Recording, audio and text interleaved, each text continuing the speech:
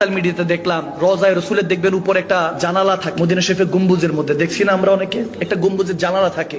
ওই জানালাটা খোলা হয় যখন মদিনায় বৃষ্টির প্রয়োজন হয়। সুবহানাল্লাহ বলেন। মা আয়েশা সিদ্দিকা রাদিয়াল্লাহু তাআলা আনহার থেকে এরকম হাদিস বর্ণিত আছে, বলতো যে ফসল হচ্ছে না, বৃষ্টির প্রয়োজন। আমার মা আয়েশা সিদ্দিকা বলতেন, যাও রসুলের পাকের ওই গম্বুজ মোবারক করে জানালাটা খুলে দাও, আল্লাহ বৃষ্টি নাজিল করবে।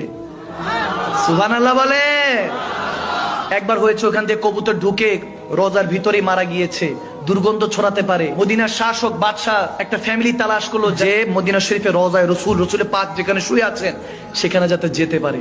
যখন এরকম হলো, অনেক কষ্ট একটা ফ্যামিলিকে খোঁজা হলো, হাফেজ ফ্যামিলি, খুব মুআদ্দাব, খুব সিমসাম একটা ফ্যামিলিকে।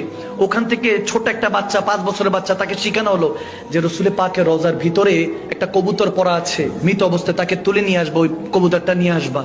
আল্লাহর ইজ্জতের কসম করে বলছি ভাইরা আমার, হক কথা বলছি, ঈমান তাজা করুন।